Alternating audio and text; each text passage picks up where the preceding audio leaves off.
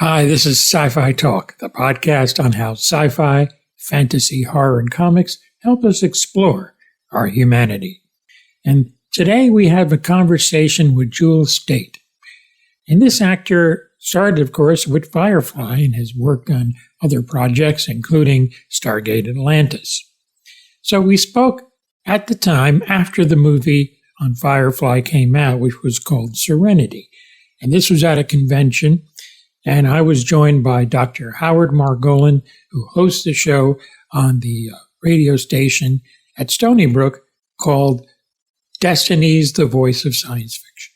So let's get to the conversation with Jules Staite. Let's begin as we ask her about Kaylee's sexual nature. Kaylee is, she's very feminine, very sexual kind of girl, you know. That's just the way she is. She's extremely flirtatious. And she's a big romantic. She's a girl, you know, girly girl. There's a great story that Alan Tudyk told during the junket for iRobot, where he, to make it a long story short, he copped the switch from the set, the red button. The red. And then he gave it to Josh and said, when you need us, push it. And he pushed, and to all of your credit, you came back for Serenity.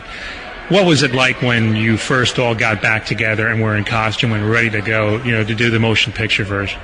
It was surreal. It was like no time had passed. Honestly, it was just like that. The set looked the same. It was kind of strange, you know, that we had this second chance. That doesn't happen very often, and you know, it was really amazing. I can't believe it actually happened. It's incredible. It was a really amazing chance. I must have horseshoes up my you-know-what, because I cannot believe that it happened that way.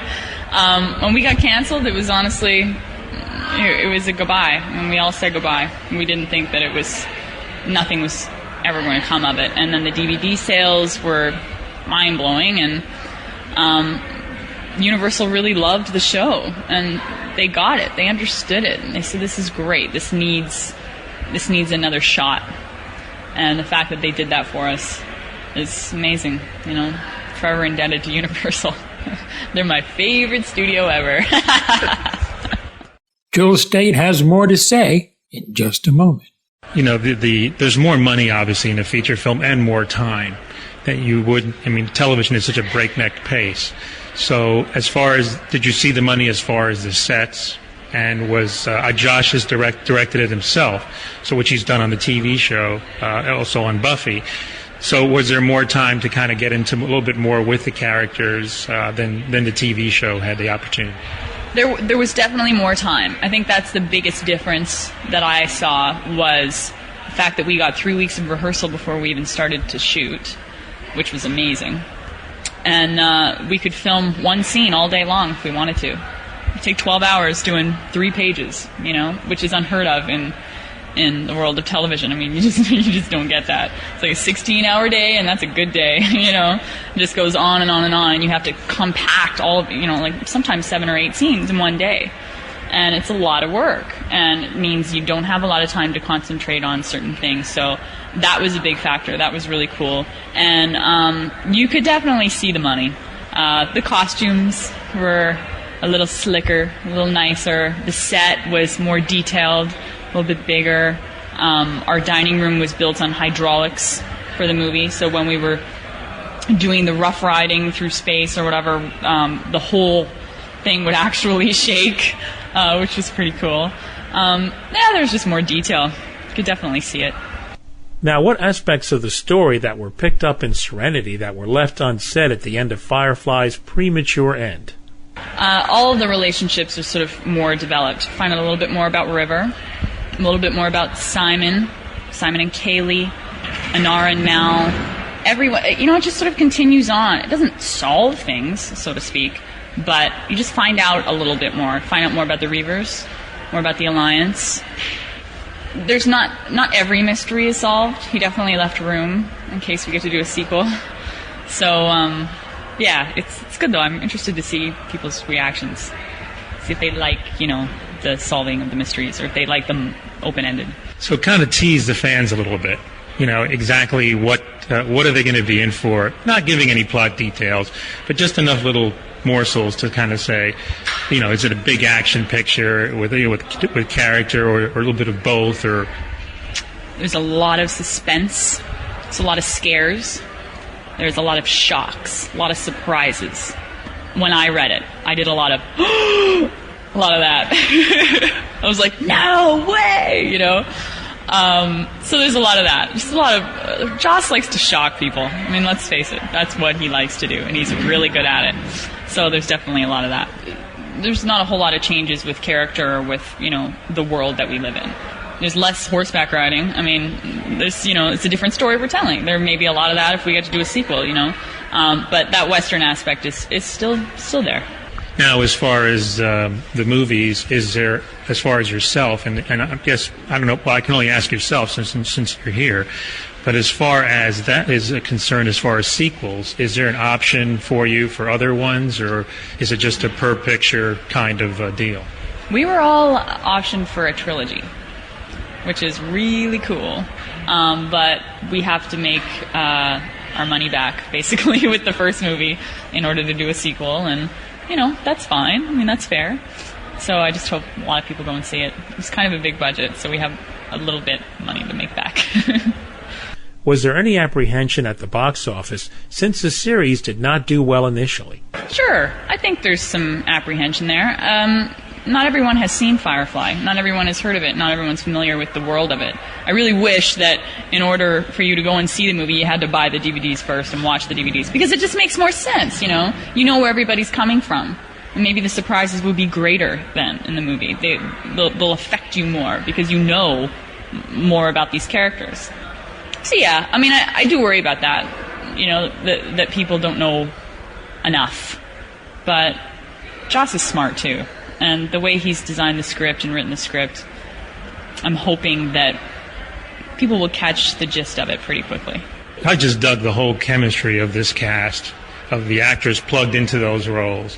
It's a very diverse, talented cast, obviously, and their whole dynamic, how they interacted with just like how your character was like hired as the engineer. I thought, that's typical Joss Whedon, that kind of coming from a left field kind of thing. But I just like the way the characters and the actors mesh on this show. That's what made it special for me. Oh, you're very, very close. And it happens sometimes, but it doesn't happen all the time. And especially with 9 people. There's usually a couple of bad eggs. I hate to say that, but there is. I mean, there's like 1 or 2 that either don't fit in or they have a bit of an ego or whatever.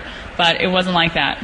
Everyone fit in so well. I don't know how that happened. I mean, either Joss is really, really brilliant and he chose us specifically because he knew we would mesh really well, or he just lucked out and we all did anyway. We all got along so well.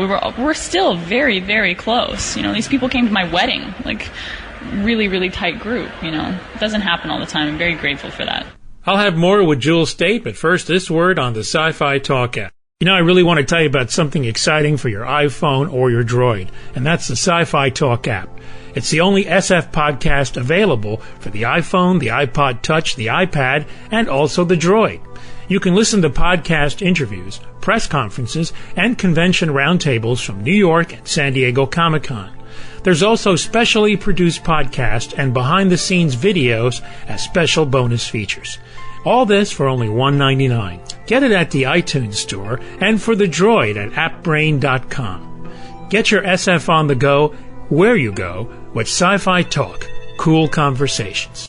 The Sci-Fi Talk app is available for the Droid at the Amazon App Store. Let's get back now to my conversation with Jewel Staite. Since you enjoy singing and Joss Whedon did a musical version of Buffy, would you also sing on a musical version of Firefly? I don't know. I mean, I'm an actor in my profession, and singing is more of a hobby. And I'm not a naturally great singer. I just kind of like singing, So I don't know if the world would want to hear me sing. You know what I mean? I don't know. We would toy with that idea all the time. We were like, Firefly the musical, because Gina sings, and Nathan actually used to host a karaoke night, so he sings as well. He used to call himself, what did he call himself? It was so funny, Johnny Bravo or something ridiculous. So yeah, I mean, a lot of us have musical talents, but no, we never were really serious about the musical idea. It'd be kind of weird. Too many genres, you know, Western, space show. All of a sudden, we're a musical. Hey, I think it would be a lot for people to take. Now, have you had a chance to actually view some of the DVDs of the series, or have you had a chance to see it all in that particular format? Oh yeah, of course. As soon as I got my box set, we ripped it open and watched the whole thing all over again, you know. There's a lot of memories attached to this show, so I like watching the episodes. It makes me, you know, happy. Unfortunately, the deal was we could have the rights back from Fox as long as we wouldn't do another series for 10 years. Yeah. Which would make me, what, 32? 32-year-old Kaylee? I don't know. I don't know. Could happen. So basically Joss was like, okay, how about a trilogy then? There's no rules against that. So we'll just do movies, if they let us. Yeah, has he kept everything close to the vest as far as what would happen in the next two? A little bit. I think he's already got the opener written for the sequel. He's like, okay, this is what happens, and sort of painted a picture, but I'm sure he has all kinds of ideas brewing. He usually does. I don't doubt that. Now, how did you get the part in the TV series Wonderfalls? Well, Tim Minear was attached to the show, and I just put myself on tape for it in Vancouver, just like any other, you know, audition. Sometimes the producers are there, and sometimes they're not. So it's just me and the casting director. And 2 days later, I flew out to Toronto and started work on the show. And I did 4 episodes, I think. And it was fun. It was good. Tim wasn't there. He was working from LA with the show, but yeah, it was really good. I'm sorry they got canceled. That sucks. I heard about their time slot. They had the same time slot we had when we were canceled, Friday nights at 8, and I was like, well, it's nice working with you guys. Good luck to you, you know, because I knew. I mean, everybody knew. They were all kind of like, geez, you know, like, give us a break. Wonderfalls is very unique, and it's funny. It's so funny. The cast is so talented. And they really needed a better shot at it. Hopefully their DVDs will do really well. Can it get a little serious? I know that AIDS is a very big cause that you subscribe to because you had lost a family member. I think it was your uncle. Do you think as a society we're kind of getting a little blasé about it, that at first there was a big fervor to kind of attack the problem, and some of the zeal, with the exception of people like yourself that are involved, but the average person, maybe their desire isn't as strong at this point as maybe it should be to really rid this, right, you know, from the planet once and for all. Mm-hmm. Yeah, I don't think people care as much anymore. I don't think people worry about it as much anymore, and that's not right. It's not. It's not realistic. The fact of the matter is, I mean, it kills an insane amount of people every day. And people don't remember that. There's still unprotected sex going on, and using of other people's needles, and all kinds of things. And it's like, wake up, you know. How many examples do you need? How many evidence? You know, how much evidence do you need to see that this isn't over? You know, it's still a fight. It's surprising that younger people take AIDS so lightly, since it's been around in most cases their entire lives. I know. They don't. Well, I mean, this generation is. A lot of people are unaware. I think they feel like they're invincible or something. Maybe that's what it is. Maybe they feel like it can't touch them. You know, it's just not realistic to think that way. Now, what do you do to get the message out? Just do your research. That's all. Just do your research. That's enough. I mean, as soon as you read up enough about it, you know, hopefully you'll get scared. You should be scared. There's more with Jewel Staite on Sci-Fi Talk. I'm Tony Tolato. Stay tuned. I mean, I have a daughter who's in her 20s, and we did talk about it a lot, and, you know, I make her aware of it even to this day so that she's aware of it. She's actually very conscientious about it, and, you know, so she's real good about it. But I agree, it is sad that it's not being, you know, really looked into and in the research angle, too. It's just the zeal is there, but the research zeal really needs to come back as it once was, where some of the great drugs and vaccines were developed. So we really need that. And I know that you do a lot of charity events to try to raise money to keep that part of it going. So, you know, it's a tough uphill battle right now, unfortunately. Of course, yeah. It's just one of those things. I mean, what can you do, you know? I'm one person. I can't do everything, but I can do something, you know? What keeps you busy these days? Right after Serenity, I did a movie with James Brolin and Natasha Henstridge called Widow on the Hill, and that aired on Lifetime in January, and I think it's going to come out on DVD. So I basically did 2 movies back-to-back away from home. So I just like being at home. I just want to sleep in my own bed for a little while and, just sort of spend time with my family and hang out. I'd love to work at home. I never do. I mean, it's so rare that I do. My work always takes me elsewhere, so I'm always happy when I get something that shoots at home. It's nice coming home to your own bed, Was there location shooting for Serenity, and where did you guys end up doing some of the shooting? In the desert, a lot. Where else? We shot at a high school. Like, all kinds of interesting places. If they looked interesting and cool, then Joss wanted to shoot there. And then the majority of was studio work. A lot of studio work. I think we had 3 sound stages going on the Universal lot. Would you work with Joss Whedon on a non-Serenity project? Sure, I love working with Joss. Joss is great. Joss is really cool. He's a really good friend of mine, and I feel very comfortable with him, really at ease with him, and I respect him, and I think he respects me, and we just have a really good rapport. So, yeah, for sure, I'd work with him on anything. I had him on the show when Buffy just premiered, just literally the week of, years ago in '97, and it was great talking to him because he had made a living as a script doctor for so many years, really uncredited. And this Buffy was like the first thing that really, pushed him out to the, forefront. And obviously now it enabled him to do Serenity as well as doing Angel. I'm just really impressed with him as a writer. I'm not sure if he directed, I think he directed your pilot. Yep. So what was it like to have him, in the feature film capacity, especially that he got to have more toys to play with?